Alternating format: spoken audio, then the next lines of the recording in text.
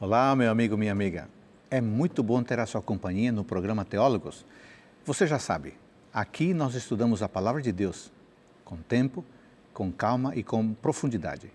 Queremos conhecer o texto bíblico, queremos aprender a Palavra de Deus, mas não apenas a informação. O que nos interessa é conhecer a vontade de Deus e fazer a vontade de Deus em nossa vida. Você pode ter acesso a informações sobre o programa, sobre os nossos convidados, entrando nas redes que aparecem aí na sua tela. Eu quero dar uma dica importante para você. Você que gosta de acompanhar o programa Teólogos, significa que você gosta de estudar a Palavra de Deus? Então anote aí, biblia.com.br.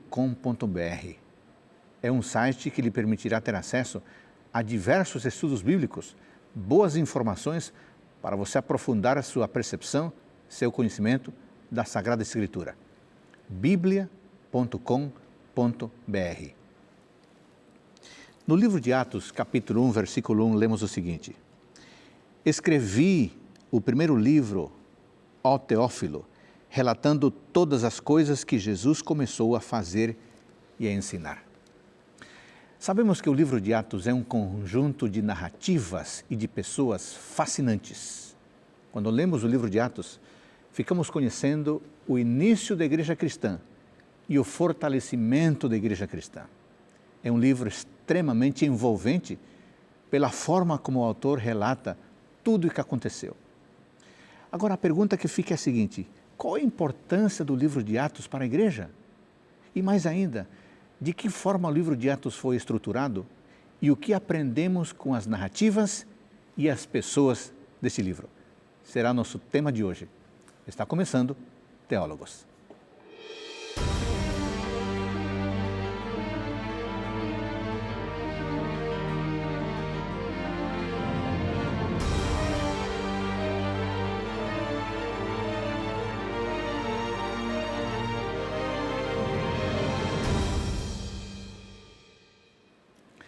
Em nosso programa de hoje, vamos prestar atenção ao livro de Atos.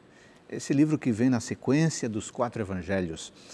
O livro de Atos é um conjunto de narrativas fascinantes, com histórias muito interessantes e com pessoas que chamam bastante atenção. Para nos ajudarem nesse desafio, temos 2 convidados especiais. Pastor Flávio Souza, muito obrigado por você estar conosco. Você está vindo da FADBA. Isso. Onde que fica a FADBA? A FADBA fica na cidade de Cachoeira, no estado da Bahia, ali próximo à BR-101. E quanto tempo você já está por lá, trabalhando? Estou há 3 anos. Casado, tem filhos? Casado, 2 filhos. E você, como é que você tomou a decisão de ser professor de teologia?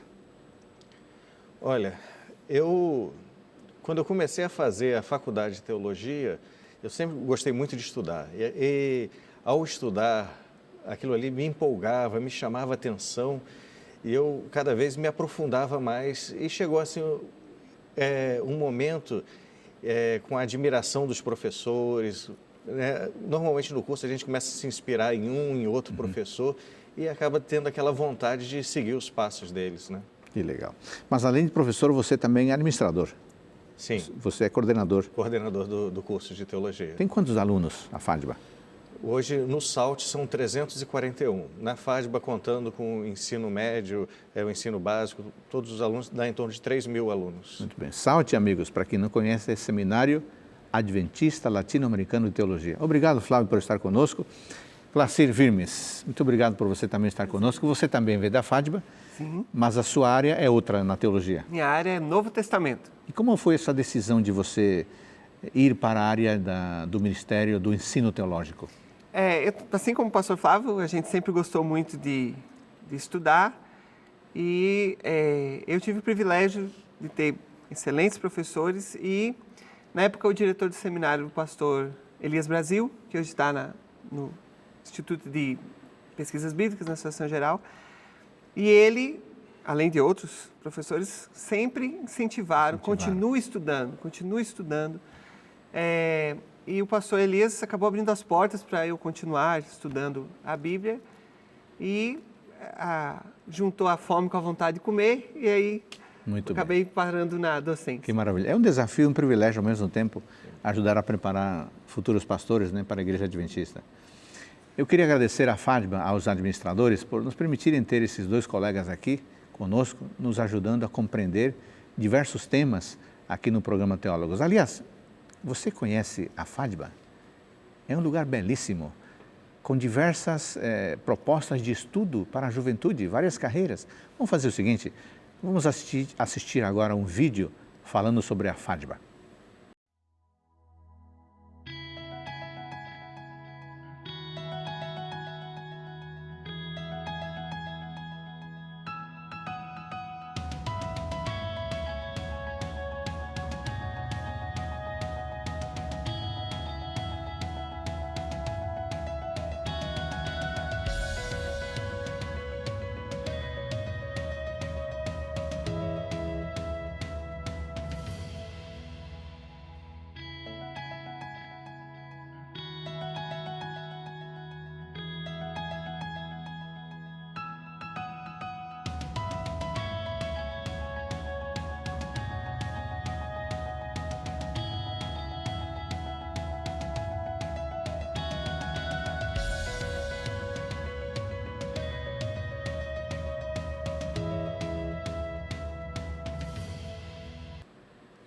Bom, agora que você já conhece a FADBA, que tal você enviar um filho, algum familiar para lá? Você quer mais informações? Então anota aí, adventista.edu.br. Este é o site da FADBA. Pastor Flávio, o nosso tema de hoje, Atos dos Apóstolos. Afinal de contas, qual é a importância do livro de Atos para a igreja? Veja, o próprio verso que o senhor leu, Atos 1, Sim. verso 1, diz o seguinte: escrevi o primeiro livro ao Teófilo, relatando todas as coisas que Jesus começou a fazer e ensinar. O que me chama a atenção aqui é o começou. Então, o livro de Atos é o que ele continuou a fazer agora através dos discípulos. Então, o livro de Atos, além dele mostrar a continuação, né, do ministério de Cristo, ele traz alguns exemplos importantes para nós. Nós vemos como a primeira igreja agiu em determinadas situações que podem ser referência para cada um de nós, né? E principalmente com um olhar que tudo aqui está acontecendo através da guia do Espírito. Não são as habilidades, não são as capacidades, mas é a guia do Espírito que está fazendo com que a igreja avance. Você acha que temos muita coisa a aprender ao lermos este livro de Atos, pensando na igreja hoje? Com certeza, eu creio que nós temos questões administrativas, questões de evangelismo, nós temos uma série de questões, a escolha de líderes, que nós podemos aprender um pouco. Vamos tratar disso um pouquinho mais à frente, né? Pastor Clacir, o livro de Atos está inserido no Novo Testamento. Nós aqui no programa defendemos que a continuidade e a inter-relação, né, entre um e outro livro, haveria alguma conexão, então, entre Atos e os livros que o antecedem? A primeira ligação que nós temos entre Atos e os livros que o antecedem é com o Antigo Testamento. No Antigo Testamento, você tem uma série de livros a partir de Josué que conta a história do povo de Deus no Antigo Testamento e formam o pano de fundo para os escritos dos profetas, os escritos sapienciais que vêm depois deles. Então, aqueles livros que estão entre Josué e Esther são a história do povo de Deus, desde da conquista de Canaã até depois do exílio. Então, esses livros estão ali e formam o pano de fundo para as mensagens dos profetas, para o estudo dos salmos, dos provérbios. O livro de Atos, para o Novo Testamento, tem o mesmo significado e a mesma função. Nós temos os evangelhos, que têm um foco em Cristo, e nós temos depois todas as cartas dos apóstolos, as mensagens que os apóstolos enviaram para a igreja cristã no comecinho, inclusive o livro do Apocalipse. Todo o pano de fundo para essas mensagens está aqui no livro de Atos, que é a história de Deus depois agora da vinda do Messias. Além disso, você tem, como a gente acabou de ler no primeiro verso aí de Atos, uma ligação com algum livro que foi escrito antes. Se a gente chegasse em Atos sem a pressuposição de que Lucas escreveu Atos, Atos começa dizendo: escrevi o primeiro livro, ó Teófilo, contando as coisas que Jesus começou a fazer e a ensinar. Então, quando nós vamos para Lucas, capítulo 1, do verso 1 ao verso 4, nós vemos Lucas agora começando E quem é esse Lucas? Do ponto de vista do Novo Testamento, as informações que nós temos é que Lucas foi um dos companheiros de Paulo. Provavelmente ele deve ter se convertido em algum momento durante as viagens de Paulo, apesar de nós não termos essa narrativa.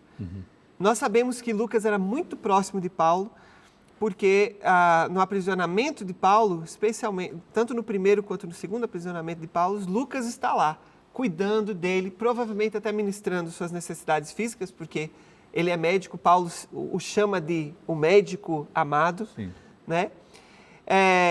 E Lucas, dos escritores, especialmente do Novo Testamento, ele é o único gentio escrevendo um relato que agora consta no canto. Na verdade, 2 livros, né? Atos e Lucas. Na verdade, do ponto de vista da proporção, Lucas é um dos principais escritores do Novo Testamento. A quantidade de material que ele escreve é considerável. É quase 1/3 quase daquilo que está no Novo Testamento, em proporção do que está escrito. Agora, que maneira de Lucas escrever, né? Que maneira dele selecionar, né? Até começando pelo próprio Evangelho de Lucas, né? Parece que ele dá vida às pessoas, dá vida às narrativas. Pastor Flávio, Lucas é o autor. Podemos pensar em alguma data aproximada para a composição desse texto? Olha, o que nós imaginamos é que a data vai acontecer no final dos anos 60 depois de Cristo, porque está comentando sobre a prisão de Paulo. Ok. Né? Então, provavelmente ele é, com certeza, depois dessa prisão e antes da morte, porque a morte de Paulo não é mencionada e também não é mencionada a destruição de Jerusalém. Isso acaba, além de ajudar a definir a data de Atos, passa a definir também a data do Evangelho de Lucas, porque pelo próprio prefácio é anterior a Atos, né? Podemos dizer que para compreender o que acontece nas outras cartas, nos outros livros, os posteriores, é fundamental entender Atos, porque ele é um pano de fundo? Exatamente, porque Paulo vai escrever para Corinto, mas é Atos que vai explicar quando ele esteve lá, o que aconteceu. Paulo vai escrever para Filipos, né? Para os filipenses. É em Atos que vai estar relatado. Então, nós temos o contexto histórico para interpretar as cartas. Vamos fazer o seguinte, é provável que o nosso amigo telespectador, alguns deles nunca leram o livro de Atos. O que a gente pode sugerir para essa pessoa na primeira leitura de Atos? Que indicação, 2, 3 indicações simples damos para que a leitura de Atos seja mais proveitosa? Olha, a primeira coisa que eu observo é nós atentarmos para o tema de Atos. E o tema é fácil de se perceber porque nos primeiros versos fala, né, por exemplo, no verso 3, capítulo 1, verso 3, vai dizer, a esse também, depois de ter padecido, se apresentou vivo com muitas provas incontestáveis, apresentando-lhes durante 40 dias e falando das coisas concernentes ao reino de Deus. E esse tema do reino de Deus vai passar em todo Atos, e o último verso de Atos, Atos 28, 31, vai falar sobre o reino de Deus. Quando Filipe chega na Samaria, vai falar sobre o reino de Deus. Quando Paulo chega nos confins da terra, o reino de Deus. Então, dá para nós percebermos que o livro de Atos está falando sobre o estabelecimento do reino de Deus. É até curioso que em Atos 1, logo no início, os discípulos perguntam, quando é que você vai estabelecer, quando o Senhor vai estabelecer o reino a Israel? E Jesus vai explicar, não é esse reino, eu vou estabelecer, eu estou estabelecendo, mas é um outro reino, que é o reino de Deus, que já era profetizado lá no Antigo Testamento. Você quer dizer que aqui não temos apenas uma narrativa do que acontece na terra. Nós temos uma narrativa do estabelecimento do reino de Deus. Exatamente. Isso deve ficar claro para o leitor. Clássir, faz diferença Lucas escrever como um gentio ao selecionar a narrativa concernente ao povo de Deus? É interessante, impressionante como Deus guiou as coisas, porque Lucas vai narrar a história da igreja e vai justamente narrar essa transição entre uma mensagem mal compreendida, como se bíblica, como se ela estivesse atrelada simplesmente a um povo, e como os apóstolos que conviveram com Jesus começam até lentamente entender que aquilo que eles receberam não era apenas para o que eles achavam que era o povo de Deus, mas sim todo o povo de Deus. E Lucas era sensível a isso, né? Exatamente. Quando ele escreve o Evangelho, ele faz isso. Conta histórias que ninguém outro conta? ele enfatiza muito os estrangeiros que se aproximam de Cristo. Zaqueu, fala de Zaqueu. Zaqueu, fala do centurião, da mulher sírio-fenícia. Lucas enfatiza os marginalizados do tempo, dos seus dias. Fala dos pobres, das viúvas, das mulheres. Paulo tem uma ênfase naqueles grupos que, do contexto histórico, eram deixados de fora do reino de Deus. Lucas começa a mostrar que no ministério de Jesus e a igreja entendeu que todos os que aceitam a Cristo como Salvador fazem parte do reino de Deus. Então, Lucas era muito sensível com isso. Não quer dizer que o que ele narre não tenha significado, não tivesse naquele tempo significado para quem já era do povo de Deus. Tanto é que no Evangelho de Lucas, por exemplo, Lucas narra a genealogia de Jesus porque ele aprendeu isso na Bíblia. Os libertadores tinham a sua genealogia contada. E Lucas diz, não, Jesus veio dos judeus, então tem que contar como acontecia lá. Ao mesmo tempo, Lucas conta a narrativa da genealogia de uma maneira que fazia sentido para os gentios. Porque os gentios também sabiam da importância da genealogia. De onde veio essa pessoa? Quais são as credenciais? De que família veio? E Lucas narra de tal maneira que atinge tanto o povo de Deus, que vem da história do Antigo Testamento, quanto esse povo de Deus que agora está entrando no reino de Deus por causa da pregação dos apóstolos. E é uma curiosidade na genealogia, porque Mateus começa com Abraão e Lucas começa com Adão. Né? Porque Mateus está preocupado em mostrar Jesus como o Messias e Lucas como Salvador universal. Da humanidade, né? Então, o fato dele ser gentil o torna alguém com sensibilidade para todas as pessoas. Nesse primeiro bloco, amigos, falamos sobre a importância do livro de Atos para a igreja, falamos qual é o propósito que Lucas teve ao escrever o livro de Atos. No próximo bloco, vamos tratar da estrutura de Atos e vamos falar de temas práticos, por exemplo, como o livro de Atos nos ensina a respeito da administração eclesiástica. Voltamos num instante.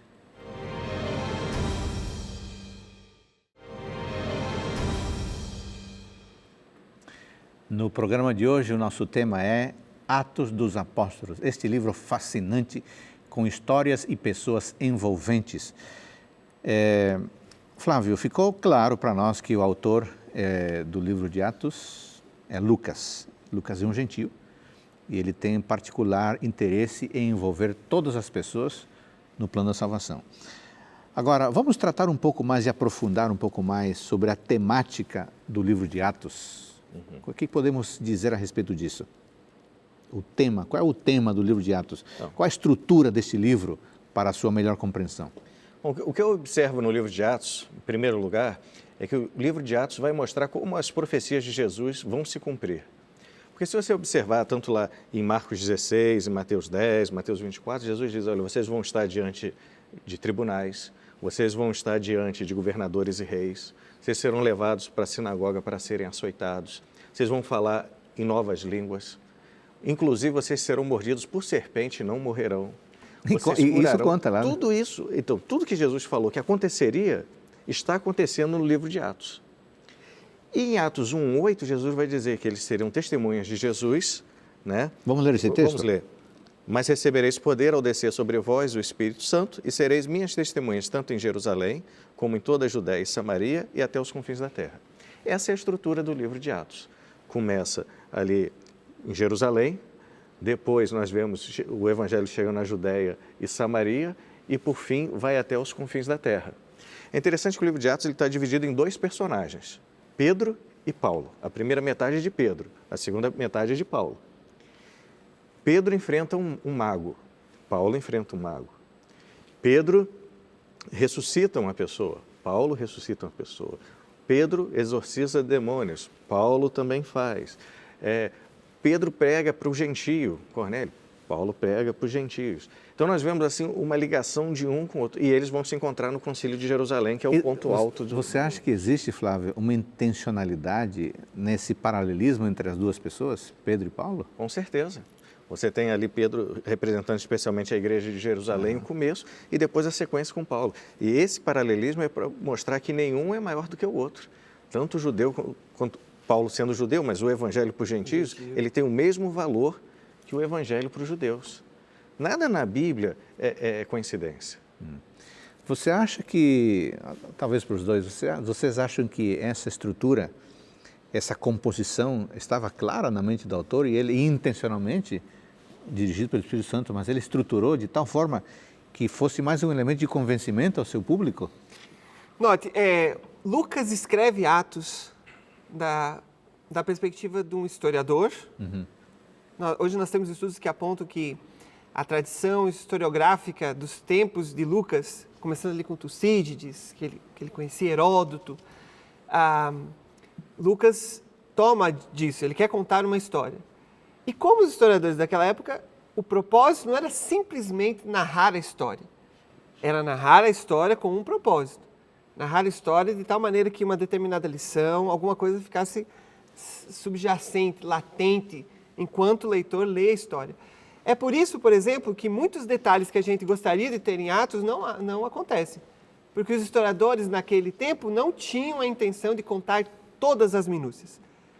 Então, se Lucas tem o propósito de mostrar o estabelecimento do reino de Deus e como esse reino vai crescendo a partir de Jerusalém e vai até os confins da terra, Lucas seleciona as histórias que confirmem isso, que vão mostrar que isso aconteceu.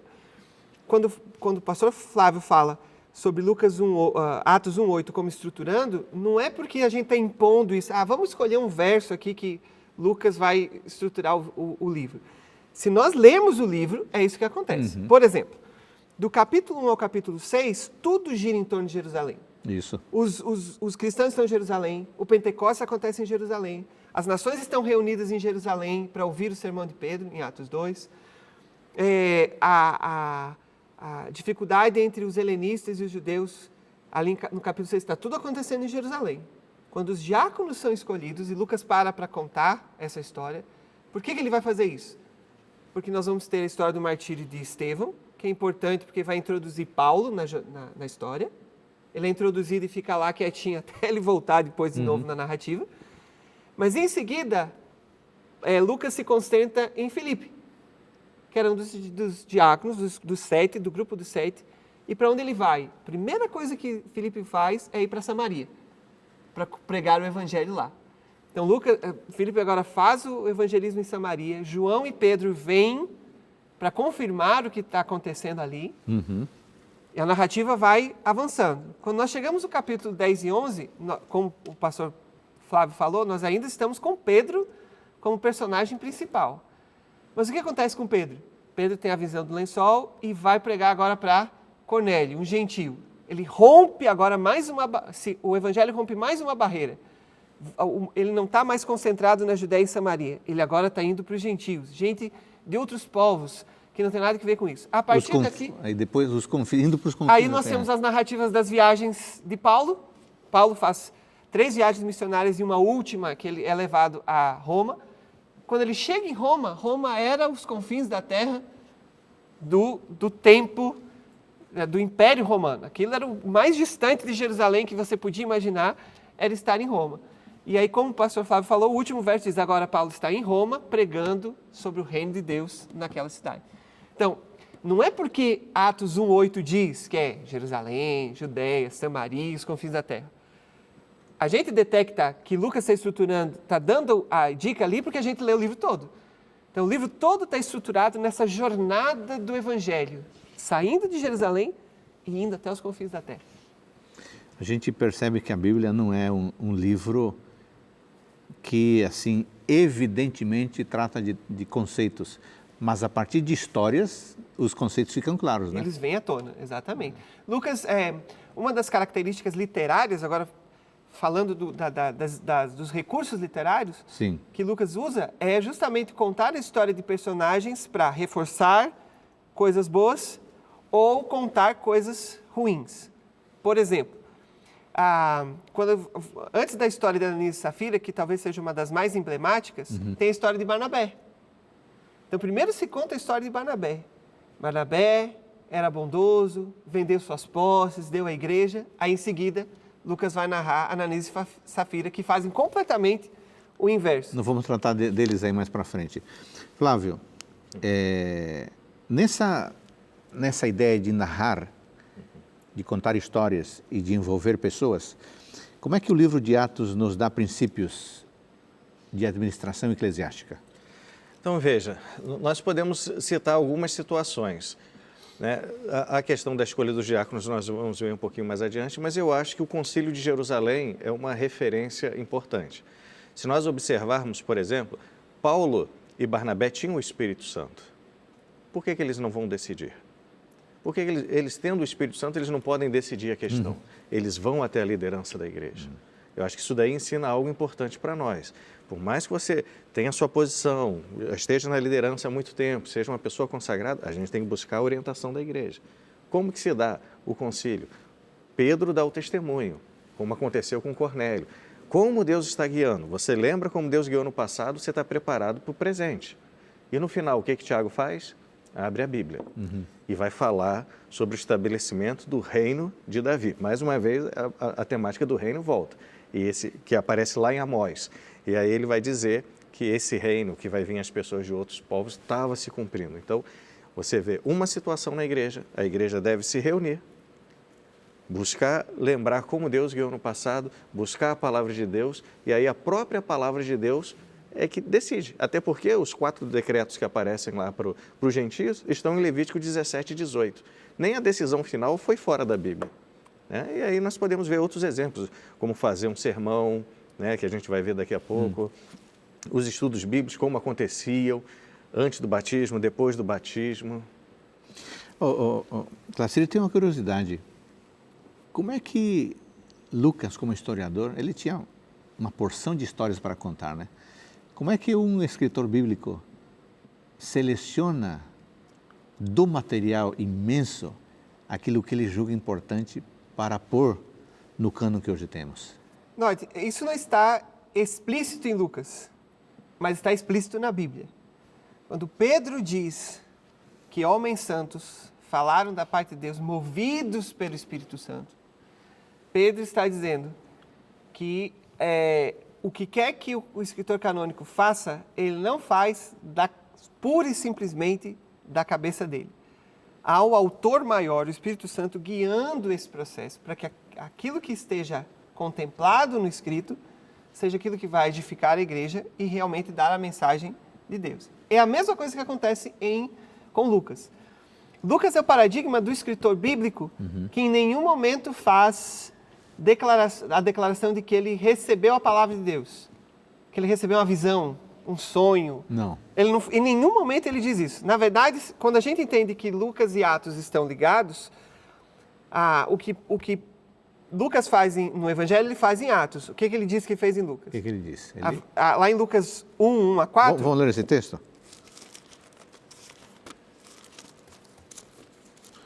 Ou seja, você está sugerindo que a mesma metodologia de Lucas se aplica a Atos, porque eles são 2 volumes de um livro só. Nós temos evidências disso. A gente vai ler em seguida, mas só para, enquanto a gente lê, essas coisas serem detectadas. Lucas dedica o Evangelho a Teófilo e Atos a Teófilo.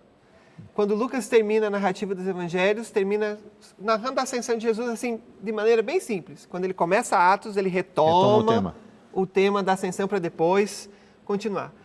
Essas 2 coisas, entre outras várias, já me dizem que Lucas já tinha em mente escrever Lucas e Atos como um único livro dividido em 2 tomos. O tomo 1, História de Jesus. O tomo 2, História da Igreja. E aí aqui agora, quando a gente vê como é que Lucas fez, qual metodologia que ele usou, a gente entende que Lucas deve ter usado a mesma coisa. Visto que muitos houve que empreenderam uma narração coordenada dos fatos que entre nós se realizaram, note, Lucas não vai narrar de qualquer jeito. Ele vai organizar o material. Conforme nos transmitiram os que desde o princípio foram deles testemunhas oculares e ministros da palavra, Lucas não tirou coisa da cabeça, ele foi conversar com as pessoas. Os apóstolos ainda estavam vivos, Claro. Ele foi companheiro de Paulo, ele muito provavelmente conheceu, é possível que tenha conhecido Pedro e talvez outros apóstolos, conheceu, se tratando do Evangelho, deve ter conhecido as pessoas que foram curadas por Jesus.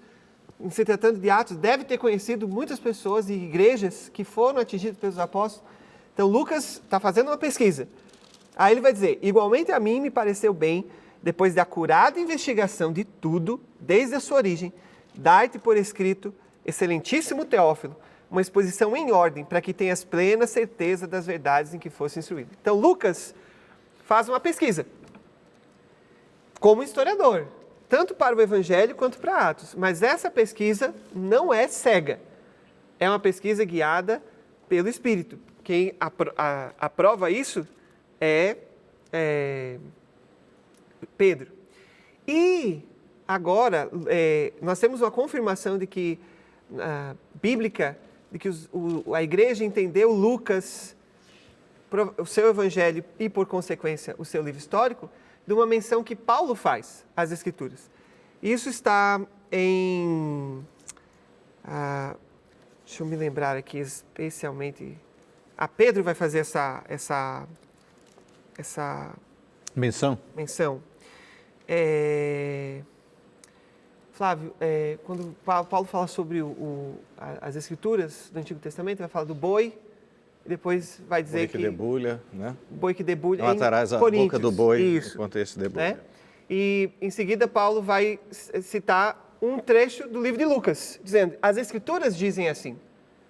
Então, o que os autores, o que Lucas faz é, inspirado pelo Espírito Santo, narrar a história de Jesus, narrar Atos, e agora ele é guiado pelo Espírito Santo para fazer isso.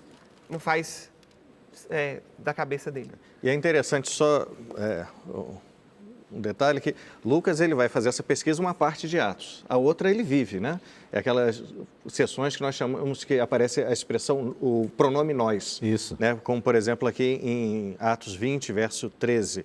Nós, porém, perseguindo, embarcamos e navegamos. Então, ali ele já era uma se insere na história, né? Ocular da... Agora, Flávio, depois do capítulo 1 que dá o norte para o que vai acontecer, inclusive para a teologia do livro, o capítulo 2 nos apresenta o famoso discurso de Pedro, um discurso comovente.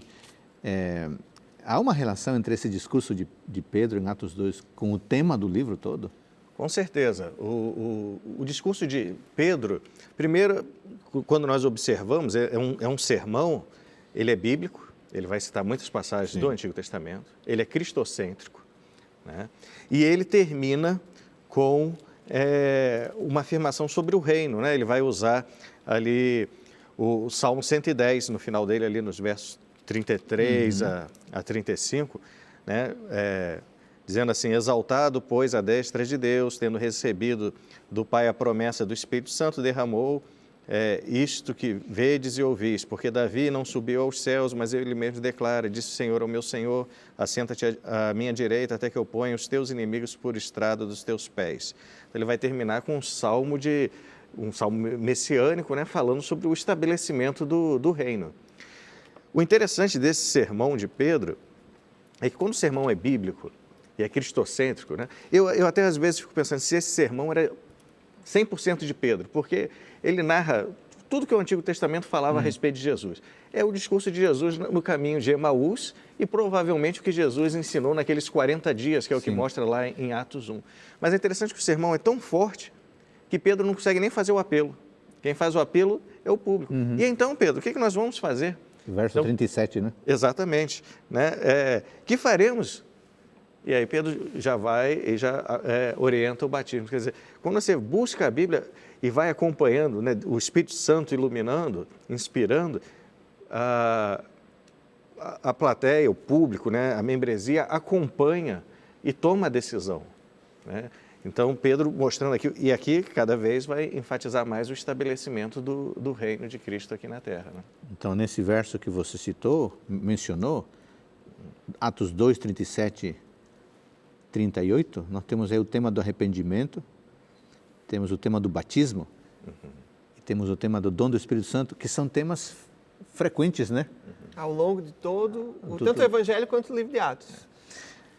Muito bem, nesse segundo bloco nós falamos um pouco sobre a estrutura do livro de Atos, de como ele ajuda na administração eclesiástica, e terminamos falando também de como o sermão de Pedro se relaciona com a temática geral do livro. No próximo bloco, vamos lidar com algumas histórias e experiências que têm muito a nos ensinar do modo como Jesus Cristo, como Deus conduziu o seu povo na Igreja Apostólica. Voltamos num instante.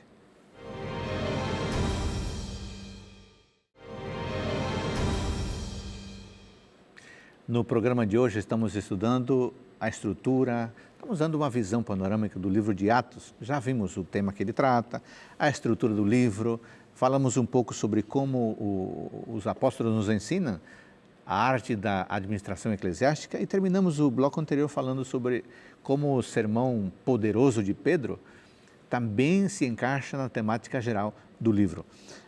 Agora, Flávio, nós temos no capítulo 5 uma dessas narrativas envolventes, impressionantes, é a narrativa sobre Ananias e Safira.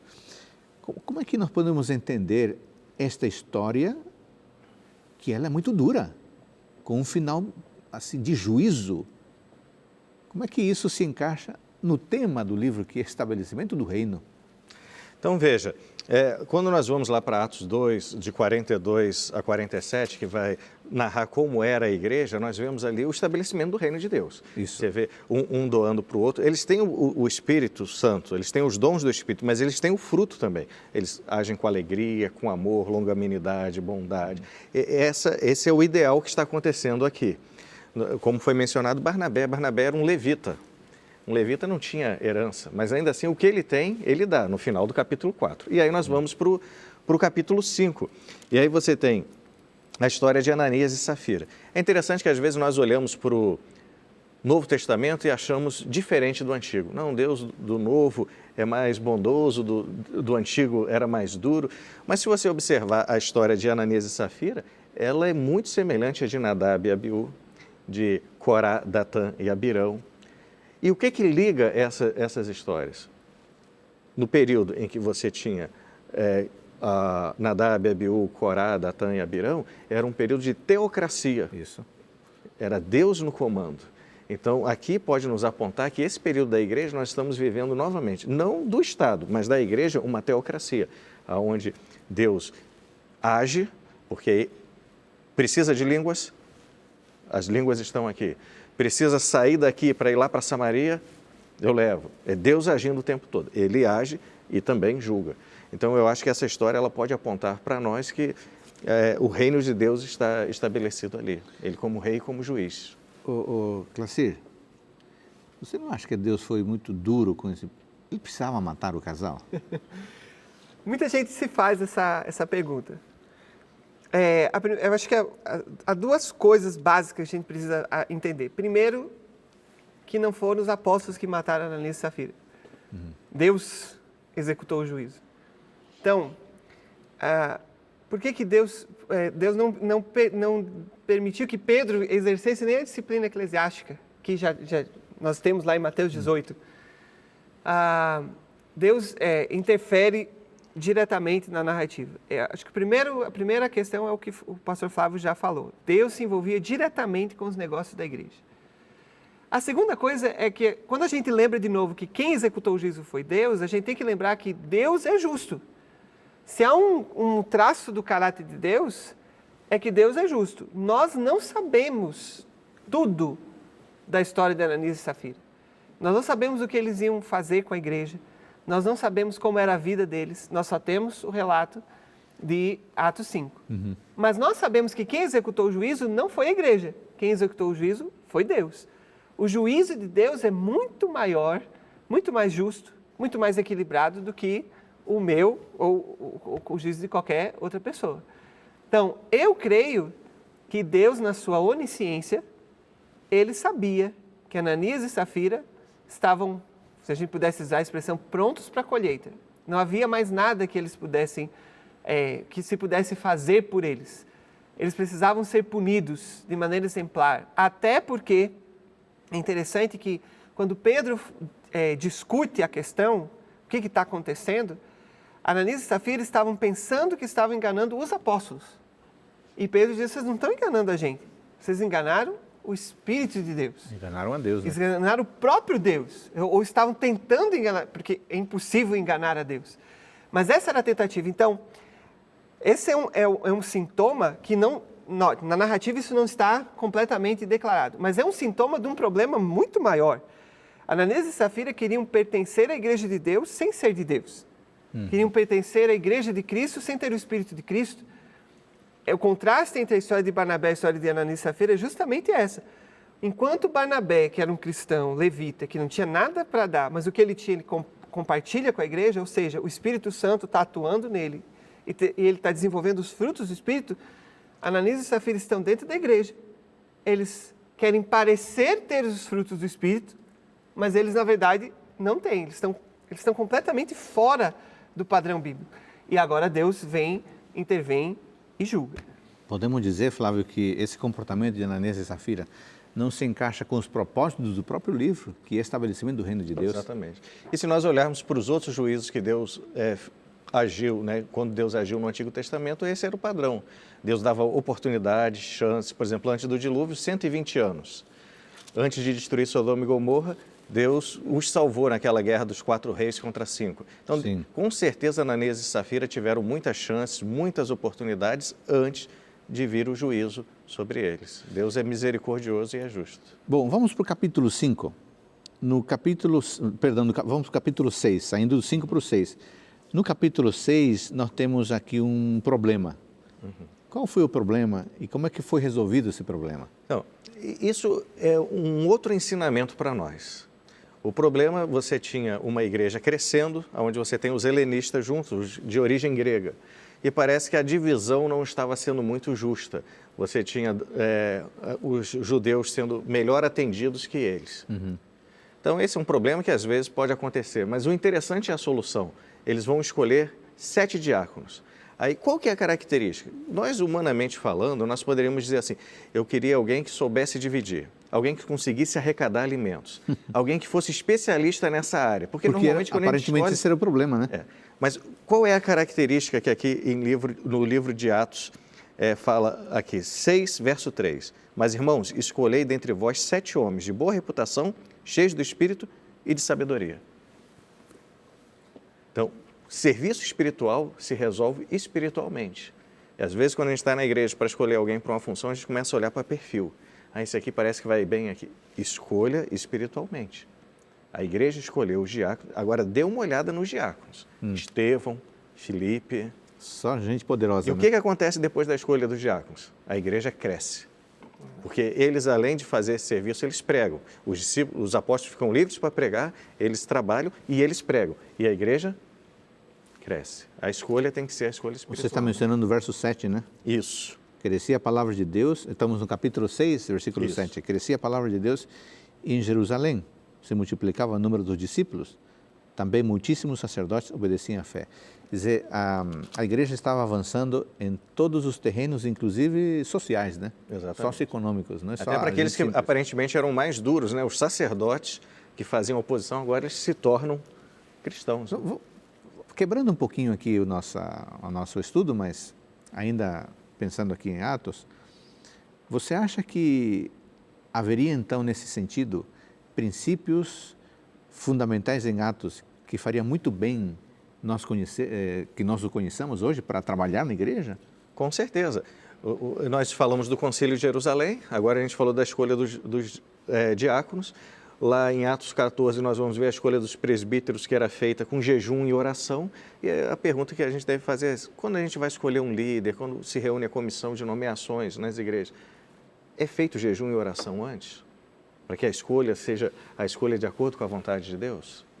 Deixa eu falar aqui com o nosso amigo e amiga telespectadores. É importante isso que está sendo dito aqui. Sabe que às vezes eu observo, eu noto que alguns líderes eclesiásticos querem aprender a arte da liderança da igreja buscando experiências de mega igrejas. Sabe que nós devemos nos aprofundar no texto bíblico. Atos tem princípios fundamentais para como se conduzir e como conduzir o povo de Deus aqui na terra. Que tal nós voltarmos aos exemplos da Bíblia e neles encontrarmos princípios norteadores para a nossa vida eclesiástica? Classir, avançando um pouquinho mais, nós temos aqui o capítulo 7, mas vamos para o capítulo 10, que é uma outra história, uma narrativa impressionante também. A conversão do centurião, a conversão de Cornélio, centurião Cornélio. Dentro do tema, o tema é o estabelecimento do reino de Deus. como é que essa narrativa se encaixa? Qual a sua importância também para o estabelecimento, o fortalecimento da Igreja de Deus? Quando a gente chega nesse momento aqui da narrativa, o Evangelho, o estabelecimento do Reino de Deus já tinha atingido as 3 primeiras partes do que Lucas se propôs a narrar. Estava em Jerusalém, já tinha ido para a Judéia e estava em Samaria. Mas havia uma barreira para ela chegar aos confins da terra. E essa barreira é: quem vai fazer parte do Reino de Deus? Quem pode fazer parte do Reino de Deus? Essa era a grande questão. Mesmo os apóstolos que tinham convivido com Jesus, eles tinham uma certa reticência em avançar o Reino de Deus para mais longe do que aquilo que estava estabelecido. Até o pastor Luiz Nunes, que foi por anos professor de teologia, quando ele narra, por exemplo, a história de Filipe e o eunuco, ele falava na sala dela: por que Deus chamou Filipe e não Pedro? Porque se tivesse chamado Pedro, provavelmente Pedro não teria ido lá fazer nada. E é o que a gente vê isso aqui em Atos 10. O que tem que acontecer para que o reino de Deus comece a romper as barreiras étnicas e comece a se expandir até os confins da terra? Se a gente olhar a narrativa, nós começamos Lucas começa narrando um homem que ora a Deus. Ele é um centurião, ele não faz parte do povo de Deus, ele ora e tem uma visão de Deus, dizendo que ele vai ser atendido. Olha, mande alguém chamar um fulaninho que está aqui numa cidade aqui próxima, que ele vai te atender. Note, um anjo aparece para atender a oração de um estrangeiro, um gentio, que não tinha nada a ver com o povo de Israel. Apesar de ele ser, a narrativa dizer que ele era temente a Deus, ou seja, ele tinha algum contato, mas ele estava ali angustiado. Como é que eu faço para pertencer ao povo de Deus? Aí nós temos Pedro. Pedro está em Jope, esperando o almoço ficar pronto. E como não fica pronto, ele sobe no eirado da casa e está ali, esperando as coisas acontecerem. E agora Deus tem que dar uma visão para ele. E aí a visão, que é narrada a partir do verso 9, é que desce um lençol cheio de todo tipo de animais, inclusive a expressão que é usada aqui, contendo toda sorte de quadrúpedes, répteis e aves do céu. É uma expressão interessante que a gente vê lá em Gênesis, quando Deus fala de toda sorte de animais que Ele criou. Então, ali no lençol, e a gente vê isso pela reação de Pedro, devia ter todo tipo de animais. Devia ter cordeirinho, devia ter boi e devia ter crocodilo, porcos, javali, rãs, todo tipo de... E agora Pedro recebe a seguinte ordem: Pedro, você está com fome, você está esperando o almoço, eu estou descendo um lençol cheio de animais para você, mata e come. Pedro fica horrorizado com aquilo. Ele disse: nunca na minha vida eu coloquei uma coisa imunda diante de mim. E por 3 vezes há essa ordem. E acaba a visão. Ele se encerra, não há mais outras explicações. E nesse momento chegam os enviados de Cornélio a Jope e batem na porta. Olha, a gente veio, Cornélio recebeu uma visão. E para encurtar a história, Pedro vai a Cornélio, prega o evangelho, eles são convertidos, se batizam, recebem o dom do Espírito e o evangelho chega lá. Quando a gente chega no capítulo 11, o pessoal começa a pedir explicação. Pedro, o que você foi fazer na casa de um gentio? E aqui, abrindo um parênteses para a gente entender o contexto, algumas pessoas às vezes pegam essa narrativa do capítulo 10 para dizer assim: tá vendo? Deus deu uma visão a Pedro dizendo que ele poderia comer todo o tipo de animal que Versículo 13, 10, 13. 10, 13, né? Não, olha, tá aí, Deus deu uma visão com um lençol cheio de animais. Aparentemente, nós estamos interpretando a visão de uma maneira completamente diversa da que Pedro interpreta. Porque quando a gente chega aqui, deixa eu achar o verso, Apocalipse 10, 28, Pedro diz o que ele entendeu. Atos 10, 28, melhor dizendo. Paulo explica o que ele entendeu da visão. Ele vai dizer assim... Pedro, né? Pedro vai dizer: vós bem sabeis, verso 28, Atos 10, 28, vós bem sabeis que é proibido a um judeu ajuntar-se ou mesmo aproximar-se de alguém de outra raça. Mas Deus me demonstrou. Que referência? Qual é a última coisa que Pedro recebe? A visão. A visão. O que foi que Deus demonstrou? Pedro não diz, Deus me demonstrou que eu posso comer qualquer tipo de alimento e me aproximar dos gentios. Ele aparentemente, não foi isso que ele entendeu. Ele diz o que ele entendeu, ele diz assim, mas Deus me demonstrou que a nenhum homem considerasse comum ou imundo.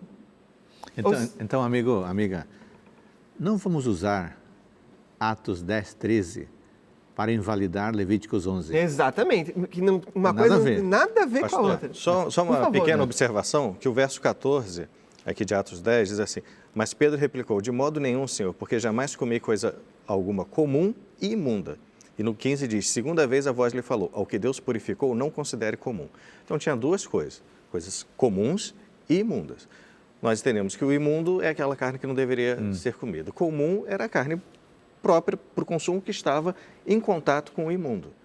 Quando Deus responde para ele, o que Deus diz? Não considere comum o que Deus purificou. Ele não disse, não considere imundo o que Deus purificou. Então, até no lençol, a questão é o contato de um com o outro. Né? Então, o judeu pode ter contato com o gentio. E aí, retomando o tema, qual a grande questão de toda essa história? Deus quer estabelecer o seu reino com todas as nações. Cornélio faz parte desse plano. Os gentios fazem parte desse plano. E nós que estamos aqui sentados nessa mesa, que não temos nenhuma origem judaica, até onde eu me lembre, nós também podemos ter acesso ao reino de Deus. Porque Deus dá a sua graça para todos nós. Que maravilha! Você, eu, nós todos podemos fazer parte do reino de Deus. Não é maravilhoso? Bom, caminhando para o final aqui, amigos, que lições podemos tirar das instruções finais de Paulo no livro de Atos? Sim. Antes de falar isso, só queria dar uma Por favor. pincelada rápida na questão da história de Cornélio, que ela é importante porque ela vai ser a base do discurso de Pedro no Concílio de Jerusalém. Ok. Então ele vai contar essa experiência para mostrar Atos 15, né? Atos 15. E o que acontece logo em seguida?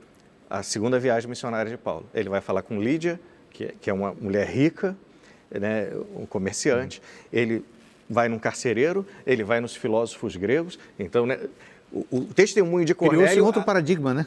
se abriu para todos. Não é apenas o gentio, mas qualquer gentio. O rico, o pobre, aquele carcereiro que está acostumado com a dureza da vida, o filósofo que é intelectual. Então, a história de Cornélio, aqui sendo narrada 10 anos depois no Concílio de Jerusalém, nós acreditamos que é 10 anos depois, ela, além de ter o efeito no período em que ela aconteceu, ela também dá a força para o próximo, para a sequência do reino de Deus até os confins da terra. Veja do que é capaz quando uma pessoa compreende, né? Vamos dar um recadinho final aqui do ensinamento de Paulo, que estamos bem no final aqui do nosso programa. Não, em Atos 20, o que nós vemos é Paulo alertando a igreja para quando ele saísse, que viriam falsos mestres, enganadores. Parece relembrar um pouco João capítulo 10, não é isso, pastor Clacy? Exatamente. Pedro diz, Paulo está dizendo, olha, vocês precisam cuidar do rebanho de Deus. Paulo usa muito, em todo o discurso, Paulo está usando a imagem do pastor que cuida das ovelhas. Jesus já tinha dito isso lá em João 10. Eu sou o bom pastor. E agora todos os seus líderes pegam o mesmo exemplo. Eles estão moldados à imagem do sumo pastor, que Pedro depois vai citá-lo, para cuidar também da igreja. Paulo, como apóstolo, agora passa esse manto sobre a liderança da igreja. Vocês também têm que cuidar da igreja, como Cristo cuida dela. Apacenta a igreja, alimenta a igreja com a palavra. Não permita que os lobos devorem a igreja. Então, como a despedida de Paulo é um paradigma para todo mundo que é líder da igreja. Isso. As instruções que Paulo dá ali é para o pastor, para o ancião da igreja, para o líder do ministério jovem, para o líder dos adolescentes. Muito Todos bem. eles têm que cuidar da igreja desse jeito. É fascinante estudar o livro de Atos. Aqui nós tivemos essa visão panorâmica. Muito obrigado, pastor Clacy, pastor Flávio. Você leia o livro de Atos para você conhecer como Deus estabeleceu sua igreja e como Deus pode continuar orientando o seu povo. Que Deus abençoe você e a sua família. Nos encontraremos no próximo programa Teólogos.